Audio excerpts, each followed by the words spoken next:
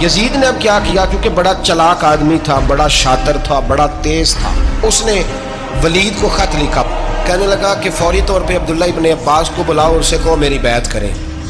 یہ جو بیعت ہوتی تھی نا، یہ بھی سن لے کیا ہوتی تھی، یہ بیعت حلف ہوتا تھا کہ میں اللہ رسول کے نام پہ حلف دیتا ہوں کہ میں یزید کی اطاعت کروں گا، میں اس کے خلاف کوئی بغاوت نہیں کروں گا۔ یہ بیعت لوگ سمجھتے ہیں کہ بس ہاتھ پکڑنے کا نام بیعت تھا، اس بیعت کا متبادل جمہوری ملکوں کے اندر ووٹ آیا ہے، تو کہا بیعت کریں، حضرت عبداللہ ابن عباس کو بھی بلاؤ، عبداللہ بن زبیر کو بھی بلاؤ، امام حسین کو بھی بلاؤ۔ امام حسین آدھی رات کے وقت بیٹھے تھے مسجد نبوی میں، چونکہ پانچوں نمازوں کی آپ امامت کرتے۔ امام حسین نماز پڑھا کے شاہ کی بیٹھے تھے جناب عبداللہ بن زبیر۔ عبداللہ بن زبیر کون تھے؟ یہ نبی پاک صلی اللہ علیہ وسلم کی پھوپھی پوتے تھے اور جناب صدیق اکبر کے نواسے تھے، حضرت عبداللہ بن زبیر، اور جناب زبیر بن عوام عشرہ مبشرہ صحابی ہیں، ان کے بیٹے تھے، بہت زیرک آدمی تھے، یہ بھی امام حسین کے پاس بیٹھے تھے۔ عبداللہ ابن عباس بھی تھے جو حضور کے چچا کے بیٹے ہیں، اس امت کے پہلے مفسر ہیں قرآن پاک، یہ لوگ بیٹھے تھے۔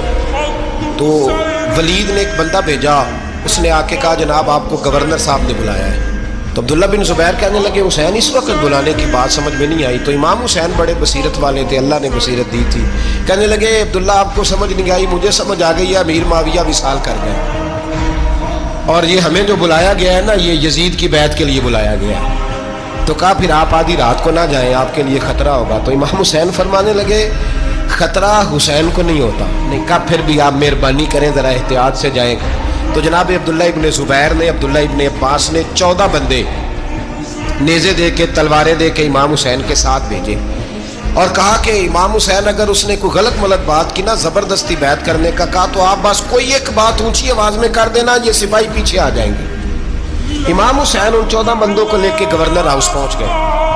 جب آپ وہاں پہنچے، اس نے بتایا، اس نے کہا جی حضرت امیر معاویہ انتقال کر گئے اور آپ نے یزید کی بیعت کرنی ہے۔ تو امام حسین فرمانے لگے میں چھپ کے بیعت نہیں کروں گا، مجمع لگاؤ، جمعے والے دن اعلان کرو، جو طریقہ ہے حضرت ابوبکر صدیق کا، جو طریقہ ہے حضرت عمر فاروق کا، جو انداز حضرت عثمان غنی کا ہے، جو مولا علی کا ہے، سر عام اعلان کرو، اگر ساری دنیا یزید کی بیعت کرے گی تو میں بھی تیار ہوں۔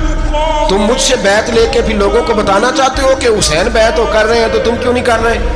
میں عام آدمی نہیں ہوں، لہذا چھپ کے بیعت نہیں کرتا۔